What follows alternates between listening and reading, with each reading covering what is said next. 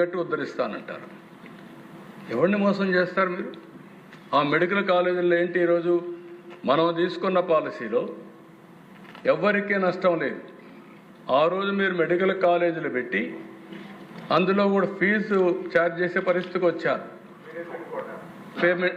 Payment quota పెట్టేశారు. జగన్మోహన్ రెడ్డి గారు medical కాలేజీల్లో మేనేజ్మెంట్ కోటా సీట్లు పెట్టాడు అంటున్నాం. ఆయన పెట్టింది 50% సీట్లు. దేనికోసం? అది 50% పేదవాళ్ళకి, 50% కొంచెం డబ్బులు ఉన్న వాళ్ళకి ఆ మెయింటెనెన్స్ కాలేజీ బాగు కోసం ఉపయోగపడతాయని చెప్పి పెట్టాడు.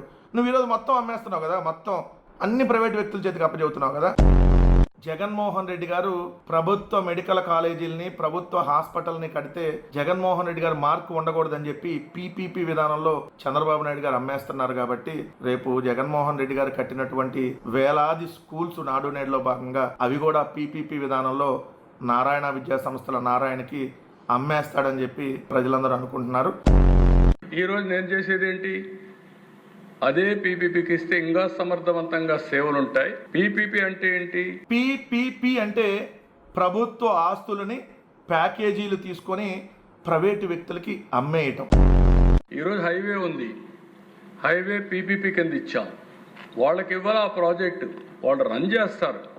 రన్ చేసిన తర్వాత ఇన్ని సంవత్సరాలు వాళ్ళు ఆపరేట్ చేసి తిరిగి ఆ ఆస్తి గవర్నమెంట్కి ఇస్తారు. గవర్నమెంట్ ఇది ఓనర్. టోల్ గేట్ పేరుతో టోల్ ట్యాక్సులు విచ్చలవిడిగా వసూలు చేస్తున్నది ఎవరి దగ్గర? ప్రజల దగ్గరే కదా. మన డబ్బులు ఎవరికి వెళ్తున్నాయి? ఈరోజు వెళ్తున్న కాంట్రాక్టర్ దగ్గరికే కదా. నేను ఏ నిర్ణయం తీసుకున్నా దూరదృష్టితో ఆలోచించుకొని నిర్ణయాలు తీసుకున్నాం.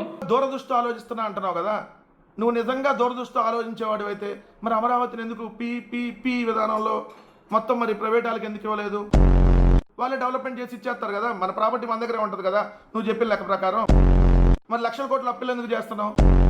ఇది దూరదృష్టి అయితే మరి దీన్ని ఎందుకు ఇవ్వట్లేదు దూరదృష్టి?